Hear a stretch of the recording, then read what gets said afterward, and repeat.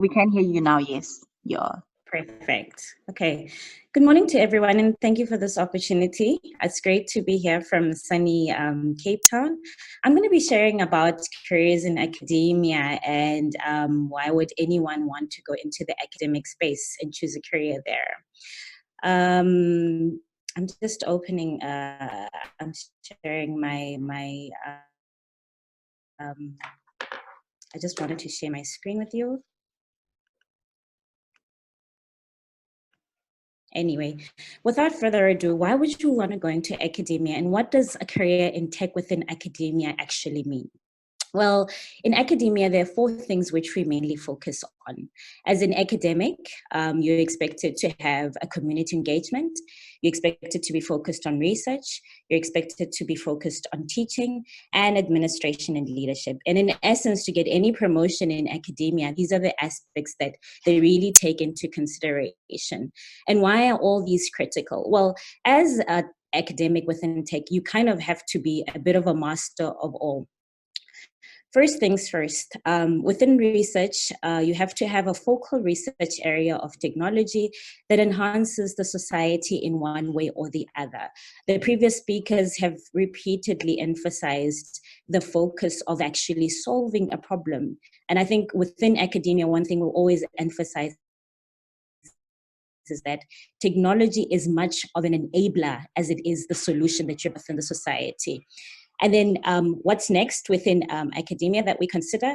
The second thing is community engagement. And community engagement moves from being able to sit on certain different advisory panels using your research to, for example, inform policy changes within the country, inform policy changes within an international organization such as UN-related agencies, and sit on different committees, work with businesses, work with NGOs, work with civil society to try and co-create solutions that are enabled and supported by tech.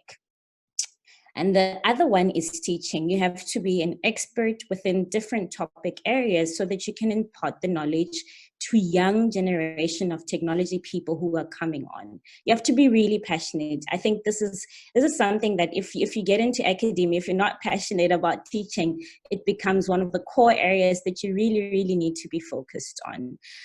Now I'm going to move on to what is required if you want a career within academia. Well, you have to have a degree, you have to have an honors degree, a master's degree, and a PhD degree.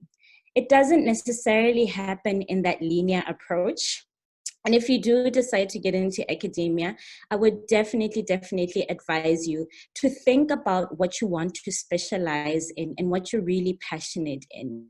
And I'll say this because there's no one linear path to getting there. There's no perfect timing. There's no perfect path to get there. The road is really bumpy. Those who are doing research degrees, master's degrees will know that it's such a bumpy road to actually get there. So in essence, you'd start with your first traditional degree, and following that, after understanding your passion, choosing an honors degree, which is more kind of research-based. Once you get higher within qualifications, it becomes more research-focused as opposed to more practical focused. So I'll give you an example of my journey. I mean, just to end off this conversation. I started off my first degree within information systems, and I chose the particular university because the information systems degree that I was doing was quite technical and allowed me to get a strong hand and hold over programming and other technical aspects while being able to sub-major with accounting. My second major was actually accounting. And following that, I did my honors degree at University of Pretoria. During this, doing the degrees, I was also working from consultancy to working as IT support services, so different roles within different organizations. But as time went on, I became very passionate about research and felt that I actually wanted to stay within academia. And I did my honors degree at Pretoria University. And following that, I decided to do a conversion degree into computer sciences. And so because my first degree in information systems was quite technical, and this is something very, very critical, it's very, very important to choose a degree program also based on the modules that are offered in there. So computer science degrees generally will be the same across the country. Information technology degrees would be the same across the country. Information systems degrees will be the same across the country. But it's very important to sit down and nitpick what is the second major options? What is the content of the actual modules that you'll have? And so from degree and decided that I want to do a conversion course and actually went abroad for my master's degree. And there in master's, I started focusing on subjects such as artificial intelligence and what is now quite popular, the data era and things related to data. But I was always really, really passionate about education and how technology can be used to support and enhance education. And so I did my PhD degree in educational technology. So it was in computer science, but with a focus on how can we develop different mobile learning platforms that can be used across South African schools to enhance the process of teaching and learning. And so following the PhD degree, I've worked in different academic roles.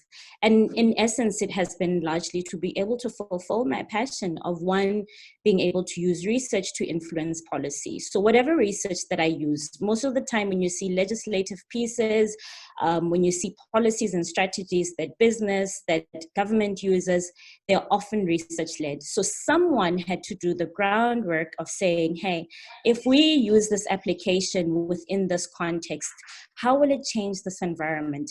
If we design this particular technology in this way, what impact will it actually have within that society?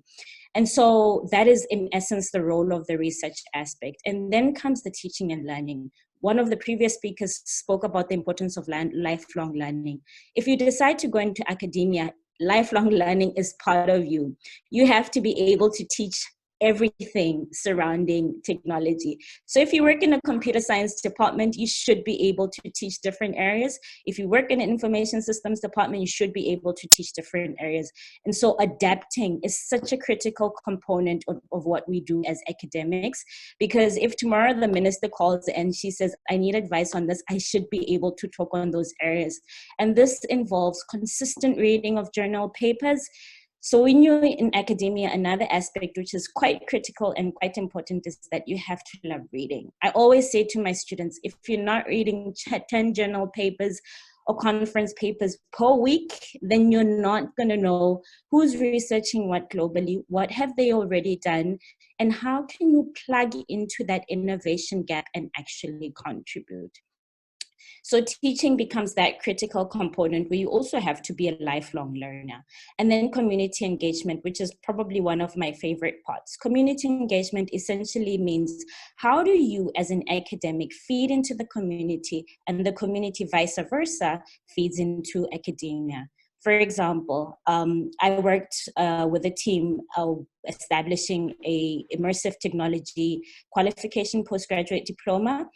And in doing that, in sitting down to actually put the program together, it involved a lot of community engagement, benchmarking across different countries, understanding what different institutions have been doing, understanding what business understands about augmented and virtual reality, and in essence, putting up a world-class qualifications that students can actually go to, and following that, either go into companies or start their own companies to be able to benefit from that. Community engagement means, for example, also me starting my own nonprofit organization. As a result of all the research that I had done, I realized that many children had not been exposed to different technology qualifications and opportunities in underprivileged and rural areas. And then lack of change within the classroom context of the type of students who were signing up for different degrees made me feel like we need to start at grassroots levels.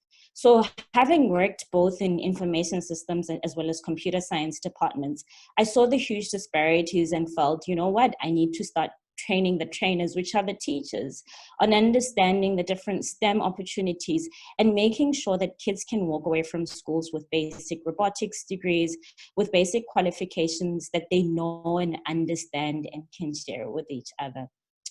So in a nutshell, the life of an academic, if I can say the benefits that come with it, is that you are well versed across whatever new cutting edge technology comes into play, because we have to read. It is part of our role. And the second most fulfilling thing that I've found is to be able to contribute to policy development at different UN organizations that I sit on representing the country, at different local organizations that I sit in, and also to be able to contribute to developing academic programs that sit at the cutting edge of whatever it is that the country needs at that time in skills development. The other fulfillment has been working with different people, networking with different people, and being able to share with other people what it is that I'm finding in academia and what it is that they're finding within civil society, and how we can improve different aspects of technology based on a co-created knowledge approach of doing things.